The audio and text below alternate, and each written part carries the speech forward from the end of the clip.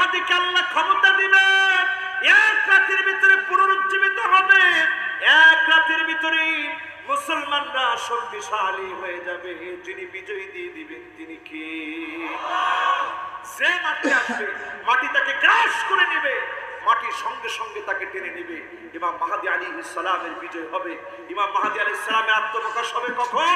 ঠিক সেই সময়ে সারা দুনিয়ায় যখন মারামারি শুরু হবে।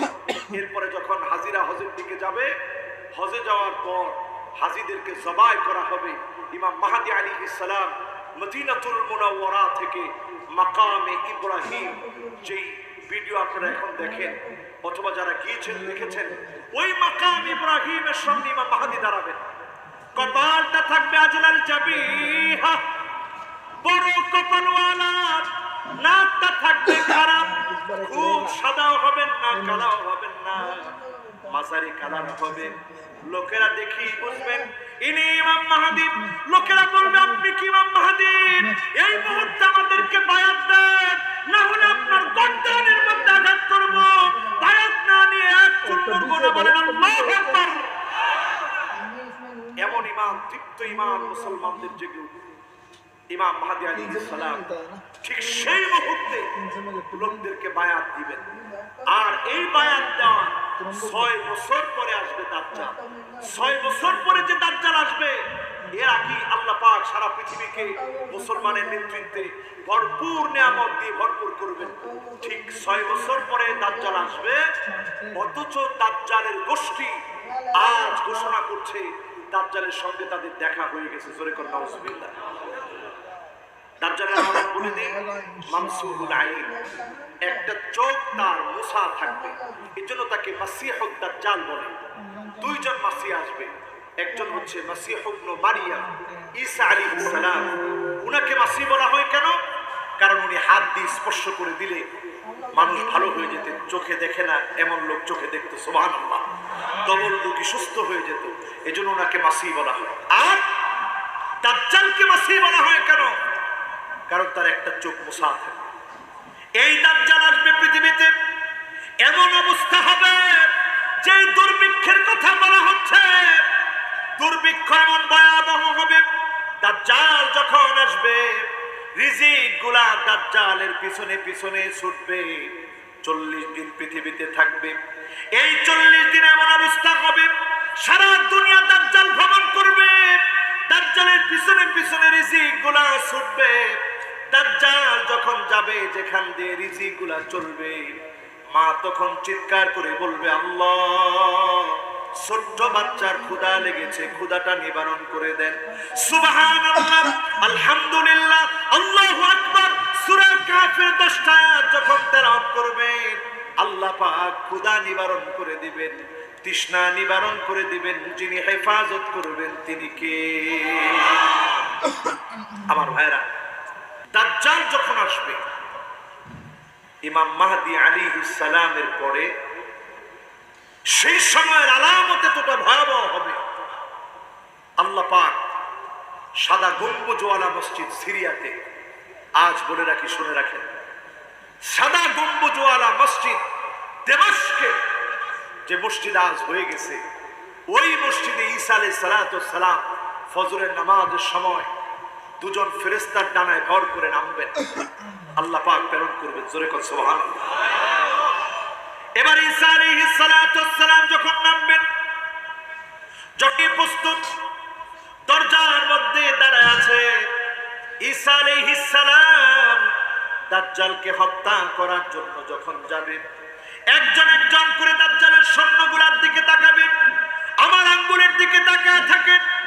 ঠিক যেমনি করে একটা গ্লাস নিয়ে গ্লাসের ভিতরে পানির মধ্যে লবণ ছেড়ে দিলে লবণটা যেমন নিচে পড়ার আগেই শেষ হয়ে যায়, শুধুমাত্র ঈসা আলাইহিস সালাম দাজ্জালের এক একটা সৈন্য বাহিনীর দিকে তাকাবেন, লবণের মতো যিনি গলায় শেষ করে দিবেন তিনি কি? এমন একটা সময় আসতেছে মুসলমান, ইল্লাখালাহুল্লাহু কালিমাতুল ইসলাম, রন্ধ্রে রন্ধ্রে কালেমার পতাকা উড়বে, ইসলামের ঝান্ডা প্রতিষ্ঠিত হবে, কোন জালেম আটকে দিতে পারবে না।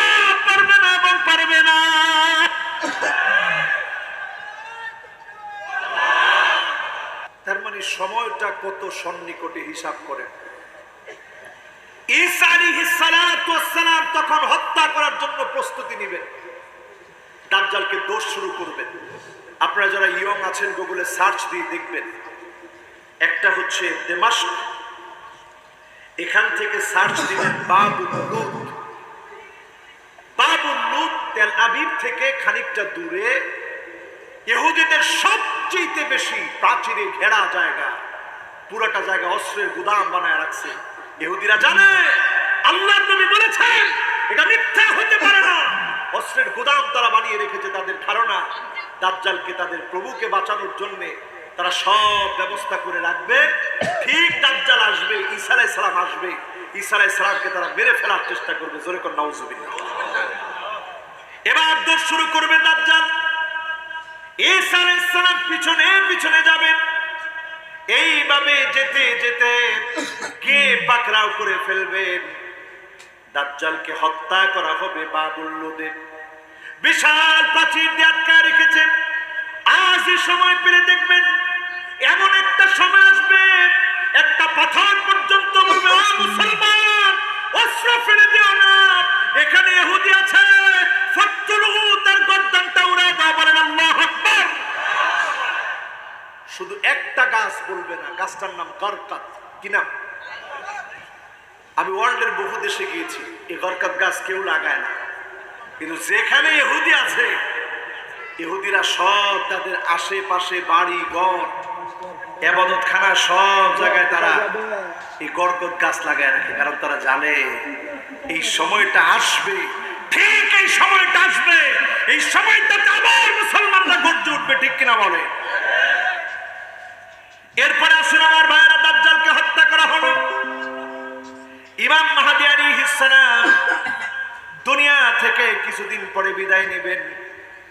এই পৃথিবীটা ঈসা আলাইহিস সালাতু ওয়াস সালাম 40টা বছরে এমন এক পৃথিবী পাবে, যেই পৃথিবীতে ন্যায় ইনসাফ প্রতিষ্ঠিত হয়ে যাবে। সারা দুনিয়াতে এমন ইনসাফ প্রতিষ্ঠিত হবে, কেউ কোনো অপরিচিত নারীর দিকে তাকাবে না। এমন পৃথিবী আবার আসবে, সারা দুনিয়া শান্তিময় হয়ে যাবে। ঠিক সেই সময়ে ইয়াজুজ ওয়া মাজুজ সারা পৃথিবী ব্যাপী আবার বিপর্যয় শুরু করবে। ঈসা আলাইহিস সালাম দোয়া করবেন, তাদের বকলের নিচে গুটিকার মতো যখন গোটা উঠবে, প্রচন্ড ব্যথা হবে, যন্ত্রণা হবে। ইয়াজুজ মাজুজ যখন মারা যাবে, আল্লাহ পাক বড় বড় পাখিগুলো পাঠায় দিবেন।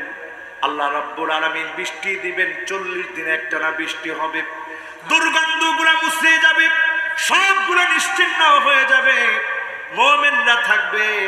ঈসা আলাইহিস সালাম যখন দুনিয়া থেকে বিদায় নেবেন, এরপরে এমন সময় আসবে মুমিনরা কিছুদিন ভালো থাকবেন। এরপরে আবার পৃথিবীতে যখন শিরক ঢুকবে, পৃথিবীতে যখন অন্যায় বেড়ে যাবে, ওই মানুষগুলোর উপরে কিয়ামত হবে। কোন একজন মুমিনের উপরে কশিনকালেও কিয়ামত হবে না। ঠিক না ঠিক? এই যুবকদের উপরেও কিয়ামত আসতে পারে। ঠিক কিনা বলে? কখন আসবে কেউ আমরা জানি না, তবে আলামতগুলা একেবারে আমাদের চোখের সন্নিকটে। ঠিক কিনা? আমার ভাইরা, আমার বন্ধুরা, যতজন আজকের মাহফিলে আসলেন, সারা দুনিয়া ব্যাপী আল্লাহ রাব্বুল আলামিন ভয়ানক করোনা দিয়ে পরীক্ষা নিলেন। এমন হয়েছিল দৃশ্য, বেশি দূর যাওয়া লাগবে না। আমার বাংলাদেশে সন্তান তার নিজের বাবার কথা ভুলে গিয়েছে, প্রাণের স্ত্রী খবর নেয় নাই, পানি পানি বলে লোকটা মারা গিয়েছে, দরজা বন্ধ করে দিয়ে পালায় গিয়েছে সবাই। শরীরটা পচে ফুলে ফেটে গিয়েছে, দুর্গন্ধে লোকেরা এসেছে, করোনা হবে ভয়ে সব পালায় গেল। এমন ভয়াবহ আযাব দিয়ে আল্লাহ রাব্বুল আলামিন আমাদেরকে এখনো হেফাজতে রেখেছে।